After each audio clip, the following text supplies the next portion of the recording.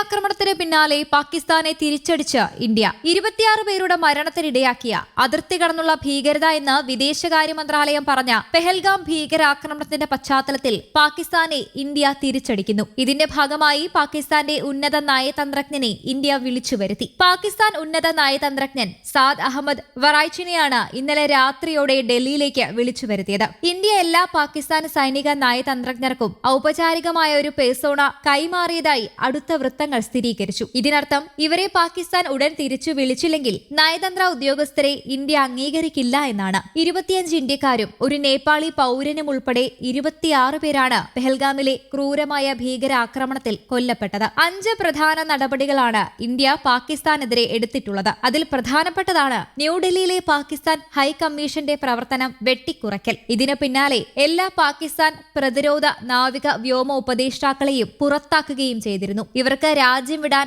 ഒരാഴ്ചത്തെ സമയമാണ് അനുവദിച്ചിരിക്കുന്നത്. ഇസ്ലാമാബാദിൽ നിന്ന് ഇന്ത്യൻ നയതന്ത്ര പ്രതിനിധികളെയും പൂർണ്ണമായും പിൻവലിക്കും. ഹൈക്കമ്മീഷൻ പൂർണ്ണമായും അടച്ചുപൂട്ടുന്നതിന് മുന്നോടിയായി കാണപ്പെടുന്ന ഈ നീക്കം ഇന്ത്യ നയതന്ത്രപരമായി പാകിസ്ഥാൻ വിദേശകാര്യ ഓഫീസുമായുള്ള ബന്ധം വിച്ഛേദിച്ചതിനാൽ ഇതിനകം തന്നെ അവരെ അസ്വസ്ഥരാക്കിയിട്ടുണ്ട് എന്നുറപ്പാണ്. അതേസമയം പെഹൽഗാം ഭീകരാക്രമണം രാജ്യത്തിന്റെ ആത്മാവിനേറ്റ മുറിവെന്ന് പ്രധാനമന്ത്രി നരേന്ദ്രമോദി പറഞ്ഞു. ആക്രമണം നടത്തിയവർക്കും ഗൂഢാലോചന നടത്തിയവർക്കും കടുത്ത ശിക്ഷ നൽകുമെന്നും ബീഹാറിൽ നടന്ന പരിപാടിയിൽ മോദി പറഞ്ഞു. ഭീകരവാദത്തെ ഇന്ത്യ ഒറ്റക്കെട്ടായി നേരിടും, അവർക്ക് സങ്കല്പിക്കാൻ പോലും കഴിയാത്ത ശിക്ഷ നൽകുമെന്നും അദ്ദേഹം വ്യക്തമാക്കി. ആക്രമണത്തെ ഭീരുത്വമെന്നും മനുഷ്യത്വരഹിതമായ പ്രവൃത്തിയെന്നും വിശേഷിപ്പിച്ച മോദി മരണപ്പെട്ടവരുടെ കുടുംബങ്ങളുടെ വേദന മുഴുവൻ രാജ്യവും പങ്കിടുന്നുവെന്ന് വ്യക്തമാക്കി. പെഹൽഗാം ഭീകരാക്രമണത്തിൽ കൊല്ലപ്പെട്ടവർക്ക് ആദരമർപ്പിച്ച് 2 മിനിറ്റ് മൗനം ആചരിക്കുകയും ചെയ്തു. തുടർന്ന് മൗനം ആചരിച്ച ശേഷമാണ് പ്രസംഗം ആരംഭിച്ചത്. പാകിസ്ഥാനുമായുള്ള നയതന്ത്ര ബന്ധം കുറയ്ക്കൽ, പ്രധാന അതിർത്തി പാതകൾ അടയ്ക്കൽ, സിന്ധു നദീജല കരാർ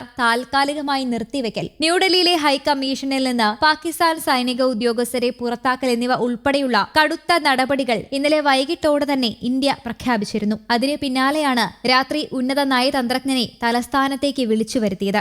1960-ൽ മധ്യസ്ഥത വഹിച്ച ഒരു പ്രധാന ജലപങ്കിടൽ കരാറായ സിന്ധു നദീജല ഉടമ്പടി ഉൾപ്പെടെ ഇന്ത്യ റദ്ദാക്കിയത് പാകിസ്ഥാന്റെ തീവ്രവാദ അനുകൂല നിലപാടുകളോടുള്ള തിരിച്ചടിയായാണ്. ഇതുൾപ്പെടെ 5ഓളം കടുത്ത തീരുമാനങ്ങളാണ് ഇന്നലെ ചേർന്ന സുരക്ഷാ കാര്യവുമായി ബന്ധപ്പെട്ട ക്യാബിനറ്റിൽ ധാരണയായത്. സംയോജിത അട്ടാരിവാഗ ചെക്ക് പോസ്റ്റ് ഉടനടി അടച്ചുപൂട്ടും. കൃത്യമായ രേഖകളോടെ കടന്നുപോയവർക്ക് തിരികെ വരാൻ മെയ് 1 വരെ സമയം നൽകിയിട്ടുണ്ട്. സാർക്ക് വിസ ഇളവ് പദ്ധതി പ്രകാരം പാകിസ്ഥാൻ പൗരന്മാർക്ക് ഇന്ത്യയിലേക്ക് യാത്ര ചെയ്യാൻ ഇനി മുതൽ അനുവാദമുണ്ടാവില്ല. നിലവിൽ അത്തരം വിസയുമായി ഇന്ത്യയിലെത്തിയ പാകിസ്ഥാൻ പൗരന്മാർക്ക് രാജ്യം വിടാൻ 48 മണിക്കൂർ സമയം അനുവദിച്ചിട്ടുണ്ട്.